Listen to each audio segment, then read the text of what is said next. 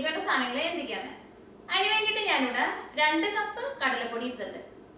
ഇതിലേക്ക് നമ്മൾ ചേർക്കണ എല്ലാത്തിന്റെയും അളവ് സെയിം ആയിട്ടുള്ള ഒരു മെഷർമെന്റ് കപ്പിൽ നിന്നാണ് എടുക്കേണ്ടത്. പിന്നെ 2 കപ്പ് പഞ്ചസാര വേണം, 1.5 കപ്പ് നെയ്യ്, 1.5 കപ്പ് ഓയിൽ. ഈ പഞ്ചസാര മെൽറ്റ് ആക്കി എടുക്കാൻ വേണ്ടിയിട്ട് 1/2 കപ്പ് വെള്ളവും വേണം.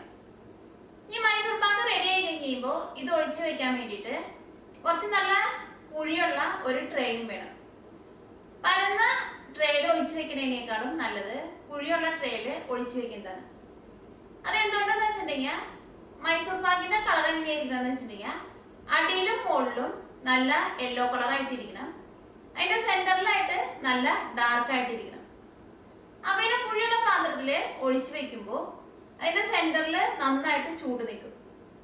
ഈ മൈസൂർ പാക്കിലേക്ക് നമ്മൾ ഈ നെയ്യും ഓയിലും കൂടിയിട്ട് ചേർക്കുമ്പോൾ അതിന് കറക്റ്റ് ആയിട്ട് ഒരു മെഷർമെന്റ് ഇല്ല.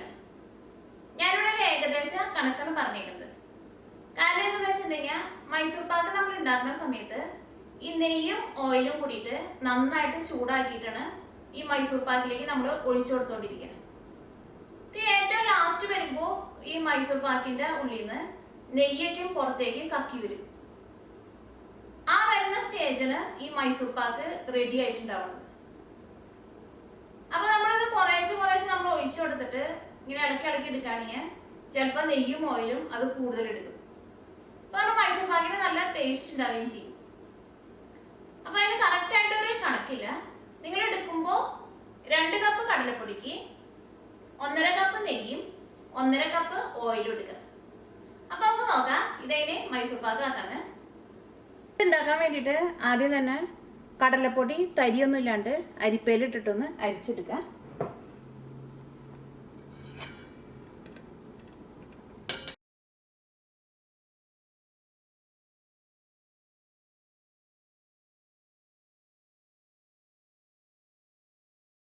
ഇപ്പൊ കടലപ്പൊടി ഒട്ടും തരിയില്ലാണ്ട് അരിച്ചെടുത്തിട്ടുണ്ട്. ഇനി മൈസൂർ പാക്ക് ഉണ്ടാക്കാൻ വേണ്ടിയിട്ട് നമുക്ക് 2 പാത്രം വേണം. ഞാനിവിടെ നല്ല കട്ടിയുള്ള ഒരു പാനും എടുത്തിട്ടുണ്ട്. പിന്നെ ഇതേപോലത്തെ ഒരു ചെറിയ പാത്രം എടുത്തിട്ടുണ്ട്. ഈ ചെറിയ പാത്രത്തിലേക്ക് ഓയിലും ബട്ടറും കൂടിയും ചേർത്തിട്ട് നന്നായിട്ട് ചൂടാക്കി വെക്കണം. ഇത് നന്നായിട്ട് ചൂടായി കഴിയുമ്പോൾ പിന്നെ ഒരു മീഡിയം ഫ്ലെയിമിലിട്ടിട്ട് ഓയിലും ബട്ടറും എപ്പോഴും നന്നായിട്ട് ചൂടായി തന്നെ ഇരിക്കണം. അതിൻ്റെ ഫ്ലെയിം ഓഫ് ചെയ്യരുത്. ഈ പാത്രത്തിലേക്ക് നമുക്ക് ഓയിൽ ചേർക്കാം. ഓയിൽ ചേർക്കുമ്പോൾ പാത്രത്തിൽ ഒട്ടും വെള്ളം പാടില്ല. ഇതിലേക്ക് നെയ്യ് ചേർക്കാം.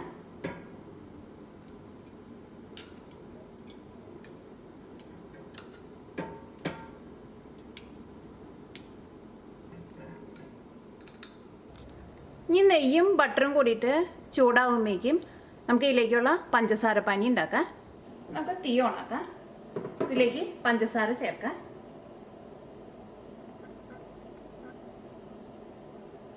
അര കപ്പ് വെള്ളം ചേർക്കാം.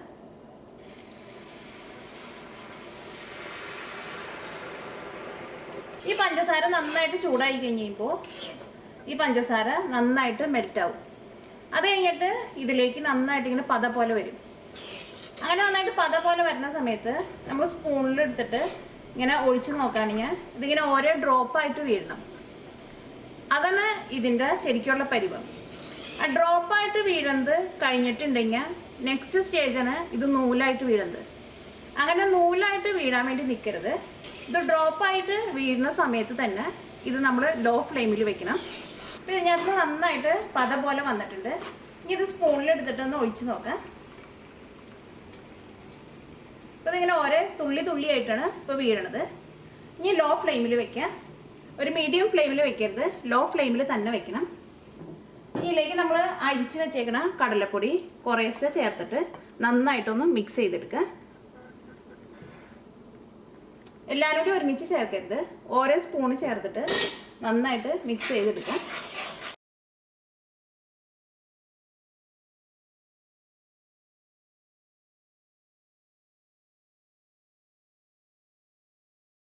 ഏറ്റവും ആദ്യം പൊടി ചേർക്കുമ്പോൾ അത് മിക്സായി കിട്ടാൻ വേണ്ടിയിട്ട് കുറച്ച് പാടാണ്. പിന്നെ കുറച്ച് പൊടി കൂടുതൽ നമ്മൾ ചേർത്ത് കഴിയുമ്പോൾ പിന്നെ കുറച്ചും കൂടി എളുപ്പത്തിൽ ഇത് നമുക്ക് മിക്സ് ചെയ്തെടുക്കാൻ വേണ്ടിയിട്ട്.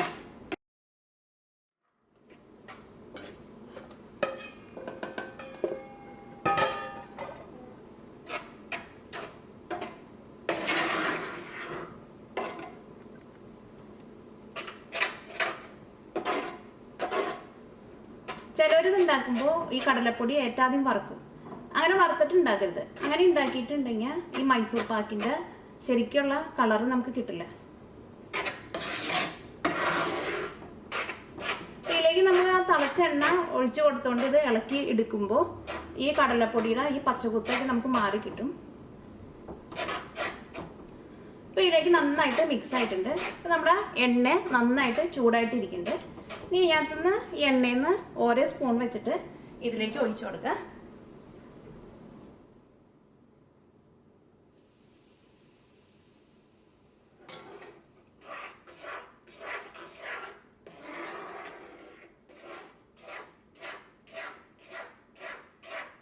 നമുക്ക് ഈ പതുക്കെ ഒന്ന് കൂട്ടി വെക്കാം.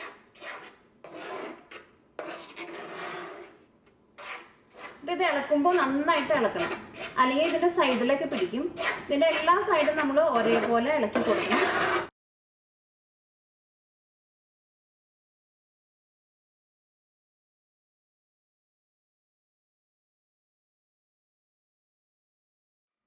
ഇത് മിക്സ് ചെയ്തെടുക്കുമ്പോൾ ഏട്ടാരി നമ്മൾ മിക്സ് ചെയ്തെടുത്തപ്പോൾ നല്ല കനം പോലെ തോന്നിയിരുന്നു. ഇതിൻ്റെ കനം ഇങ്ങനെ കുറഞ്ഞു വരുന്നുണ്ട്.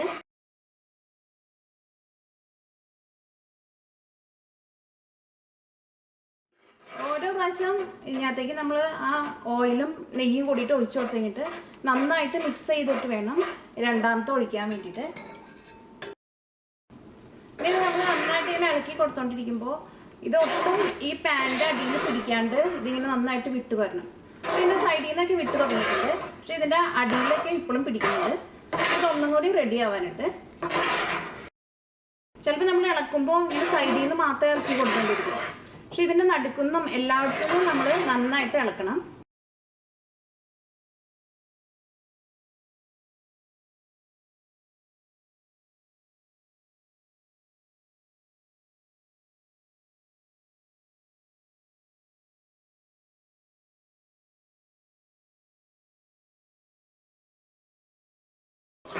ഇതിനകത്ത് നെയ്യൊക്കെ നന്നായിട്ട് കക്കി പുറത്തേക്ക് വന്നിട്ടുണ്ട്.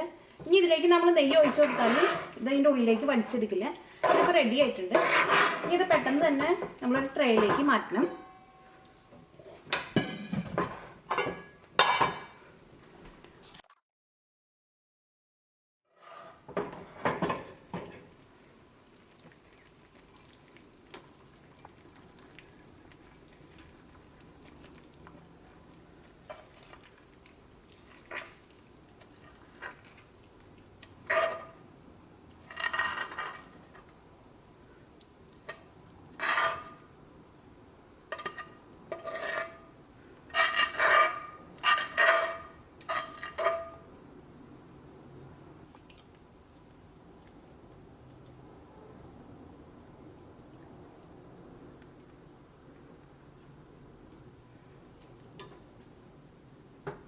ഇത് പതുക്കെ ഒന്ന് അമർത്തി കൊടുക്കുക.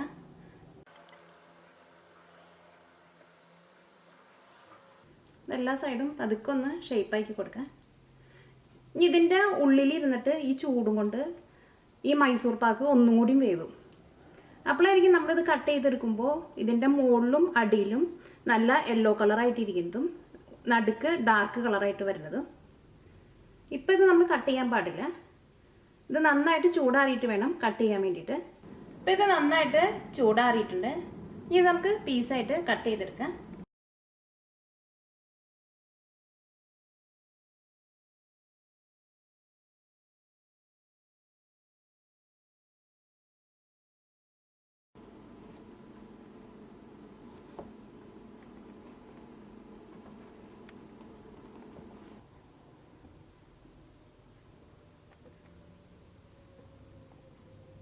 ഇതിൻ്റെ അടിയിലുമായിട്ട് നല്ല യെല്ലോ കളറായിട്ടാണ് ഇരിക്കുന്നത്. ഇത് ഇതേപോലെ ഒരു പീസായിട്ട് കട്ട് ചെയ്തെടുക്കുക.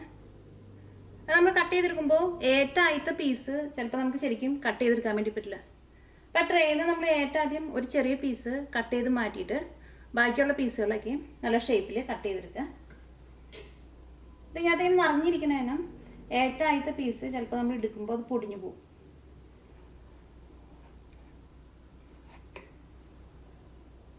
ഇത് നല്ല സോഫ്റ്റ് ആയിട്ടുള്ള മൈസൂർ പാക്കാണിത്.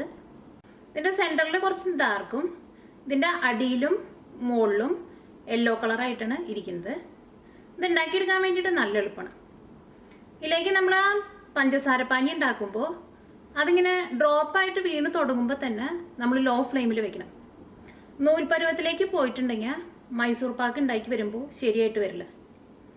പിന്നെ ഏറ്റവും ലാസ്റ്റ് വരുമ്പോഴും നമ്മൾ ഒഴിച്ചു കൊടുത്തേക്കണ നെയ്യിന്ന് കുറച്ച് നെയ്യൊക്കെയും അത് പുറത്തേക്ക് ഇങ്ങനെ കക്കി വരും.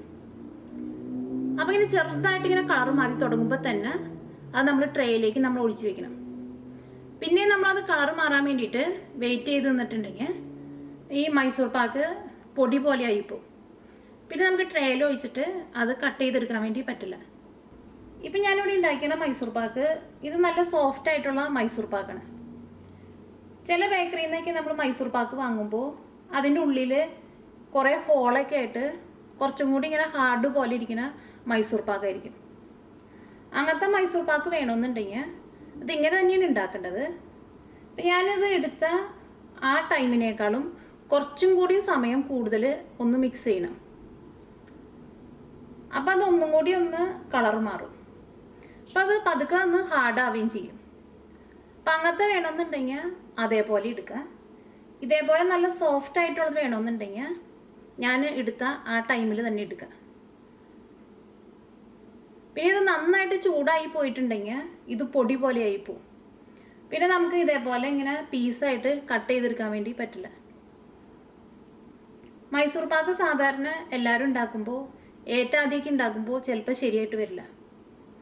ഞാൻ തന്നെ 2 പ്രാവശ്യം ഉണ്ടാക്കി കഴിഞ്ഞപ്പോഴും അത് ശരിയായിട്ട് വന്നില്ല. അത് ഒരു പ്രാവശ്യം നമ്മളത് ഉണ്ടാക്കി അത് മനസ്സിലാക്കി കഴിഞ്ഞിട്ടുണ്ടെങ്കിൽ പിന്നെ അത് ഉണ്ടാക്കിയെടുക്കാൻ വേണ്ടിയിട്ട് നല്ല എളുപ്പമാണ്.